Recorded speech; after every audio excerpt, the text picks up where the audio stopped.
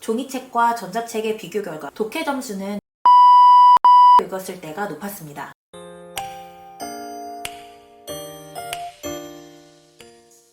여러분 안녕하세요. 오늘은 종이책 대 전자책, 그 승자는? 이라는 주제로 이야기를 나눠보도록 하겠습니다. 지금 교육계는 읽기 매체를 둘러싼 논쟁이 뜨겁습니다. 바로 전자책 대 종이책이죠.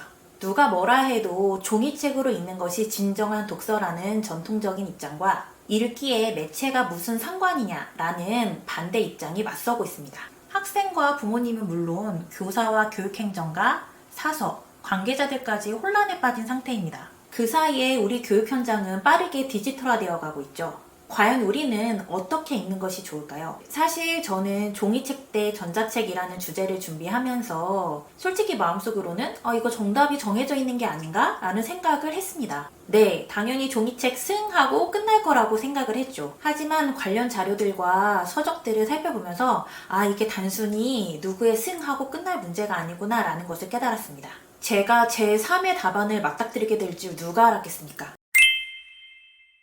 5년에서 6년 전쯤 출판업계에서는 장차 책이 모두 디지털화될 것인지 아니면 종이책이 살아남을 것인지를 두고 대논쟁이 벌어진 후에 일종의 휴전이 선포되었습니다. 이것이냐 저것이냐 라고 이야기하는 대신 출판사들은 책의 세계가 계속해서 둘 다인 상태로 남을 것이라고 인정하기 시작했습니다. 이러한 둘 다의 논리는 교육계에서도 적용됩니다. 이것 아니면 저것을 주장하는 대신 각 매체를 얼마나 사용할지 비율의 문제를 생각해 봐야 하는 것이죠. 이어서 종이책과 전자책에 대한 상세한 비교 결과를 말씀드리기 전에 이 말씀을 꼭 드리고 싶습니다. 다음의 영상들을 그냥 건너뛰지 마시고 하나하나 꼼꼼히 이해하고 넘어가신 분들은 내 아이의 상황에 맞게 현명하게 읽기 매체들을 잘 선택하실 수 있을 거예요. 왜냐고요? 여러분들 전자책과 디지털 교육 방식이 교육 현장에 대량 도입된 것은 사전에 충분한 연구와 검토 후에 이루어진 것이 결코 아닙니다. 그렇다기보다는 전자책이 종이책보다 비용이 적게 나간다는 경제적인 이유와 팬데믹 같은 돌발 상황이 좌우되고 있는 것이 현실입니다. 부모님들과 또는 교사분들이 읽기 매체의 장단점에 대한 이해 없이 아이들에게 무작정 전자책을 읽히고 디지털 기기를 사용하는 것은 심각한 부작용을 낳을 수 있습니다. 우리 아이에게 도움되는 전자책 선택 방법은 위에 카드 뉴스에도 링크해뒀으니 참고해주세요. 자, 그렇다면 이제부터 종이책과 전자책의 비교 결과를 낱낱이 살펴보도록 하겠습니다. 학령기 학생, 즉 초등학생에서 고등학생까지를 대상으로 한 텍스트를 사용한 종이책 읽기와 전자책 읽기의 비교 실험 결과는 다음과 같습니다. 첫 번째, 독해 점수입니다. 정식 시험 결과를 살펴봤을 때 독해 점수는 전자책보다 종이책으로 읽었을 때가 높았습니다. 간혹 비슷하게 나오기도 했지만 전자책이 더 나은 경우는 극히 드물었습니다. 두 번째, 질문 유형입니다. 텍스트의 주제에 대한 단순 질문에서는 종이책이나 전자책의 결과가 본질적으로 같았습니다. 하지만 추론이 필요한 좀 더 추상적인 질문과 더 심층적인 이야기 구조와 같은 세부 내용에 대한 질문에서는 종이책의 점수가 높게 나왔습니다. 세 번째, 길이입니다. 텍스트가 짧은 500단어 미만인 경우에는 독해 점수는 종이와 디지털 읽기가 비슷한 경향을 보였지만 텍스트가 긴 500단어 이상인 경우에는 독해 점수는 종이가 일관되게 더 높았습니다. 넷째, 장르입니다. 텍스트의 장르를 내러티브, 주로 소설과 정보성으로 나눴을 때 내러티브형 텍스트의 이해도는 종이와 전자책이 별 차이가 없는 데에 반해 정보성 텍스트의 이해도는 종이로 읽을 때 높을 가능성이 더 컸습니다. 그리고 이야기 속 장소와 사건의 시간 순서에 대한 질문에서는 종이로 읽을 때가 가장 좋았습니다. 이것은 종이책의 물성, 즉 손으로 페이지를 넘기고 눈으로는 얼마나 읽었고 얼마나 남았는지를 보는 것이 독자에게 이야기 속에서 자신의 시공간적 위치를 파악하는 데 도움이 되는 감각운동적 신호를 제공하기 때문인 것으로 보입니다. 다섯 번째, 동기 유발. 참여입니다. 디지털 스크린은 다양한 학생들에게 읽고 싶은 마음이 들게 하는 동기 유발자일 수 있습니다. 특히 어린아이들을 읽기에 참여시키는 데 효과가 있습니다. 그리고 남학생과 읽기에 장애가 있거나 읽기를 꺼리는 독자인 경우에 그러했습니다. 어떤 아이들은 타고난 책벌레인 반면 어떤 아이들은 읽게끔 자극을 줘야 합니다. 영국에서 아이들의 독서를 권장하기 위해 전자책을 사용한 사업을 진행했더니 그 후 종이로 읽었을 때의 즐거움이 크게 늘어났다고 합니다. 읽기의 즐거움을 느꼈다는 학생이 시작할 때는 10%에 불과했지만 끝날 때는 40%에 달했습니다.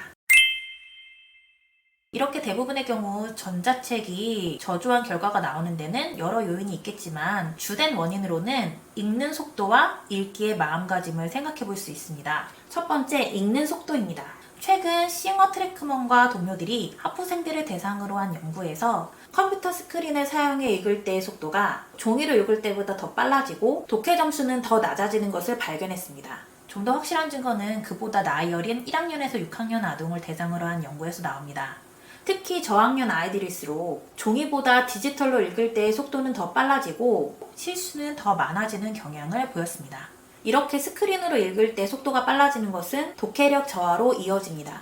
심리학자들은 오래전부터 읽는 속도와 정확성의 반비례 관계를 이야기해왔습니다. 그 다음으로 주목해야 할 것이 바로 읽기에서의 마음가짐 문제입니다. 마음가짐이란 습관화된 마음 상태를 말합니다. 어떤 매체를 사용할 때 우리의 읽는 뇌가 무의식적으로 작동하는 방식을 뜻하는데요. 평소 인터넷 서핑을 하거나 소셜미디어를 할 때 우리는 정신적 노력을 덜 기울이고 얕게 훑고 지나가죠. 그 방식이 그대로 우리에게 세팅이 되어 있다가 스크린으로 읽기를 할 때 무의식 중에 발현되는 것입니다.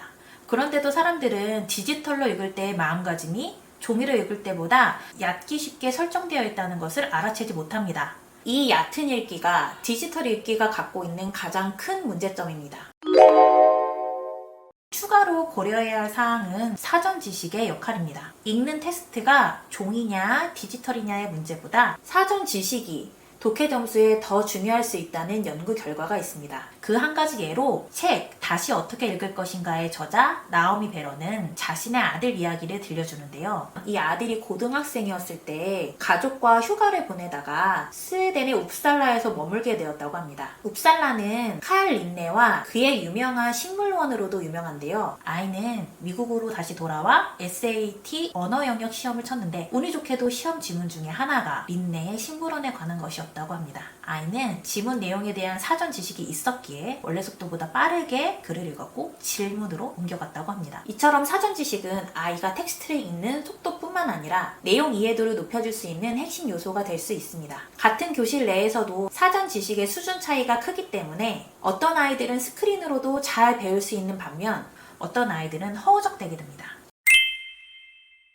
정리해보겠습니다. 종이책과 전자책을 비교했을 때 첫째, 독해 점수는 종이책의 승입니다. 둘째, 질문 유형은 단순 주제에 대한 질문에서는 같았지만 추상적이거나 세부 내용에 대한 질문은 종이책의 승입니다. 세 번째, 길이는 500자 미만의 짧은 텍스트에서는 비슷했지만 500자 이상의 긴 텍스트에서는 종이책의 승입니다. 네 번째, 장르입니다. 내러티브형 텍스트는 비슷했지만 정보형 텍스트에서는 종이책의 승이었습니다. 단, 이야기의 순서에 대한 질문에서는 종이책의 물성이 확실하게 도움이 되기 때문에 종이책의 승. 다섯 번째, 동기유발에서는 드디어 전자책의 승이었습니다. 전자책이 조금 더 동기유발에 도움이 됐었죠. 하지만 전자책으로 읽었을 때 가장 큰 문제점은 무엇이라고 했죠? 바로 빠른 속도로 얕게 훑어 읽게 된다는 것이었습니다. 추가 고려사항으로는 사전 지식이 있습니다. 그래서 아이들에게는 경험을 많이 시켜주는 것이 무엇보다 중요합니다. 어떠신가요? 이제는 종이책과 전자책의 장단점을 염두에 두시고 우리 아이의 상황에 맞는 선택을 하실 수가 있겠죠? 다음 시간에는 디지털 시대의 우리 아이에게 맞는 최적의 읽기 전략에 대해서 이야기 나눠보도록 하겠습니다. 초등 독서에 대해서 궁금하신 점 있으시다면 댓글로 편하게 남겨주세요. 오늘도 함께 해주셔서 감사합니다.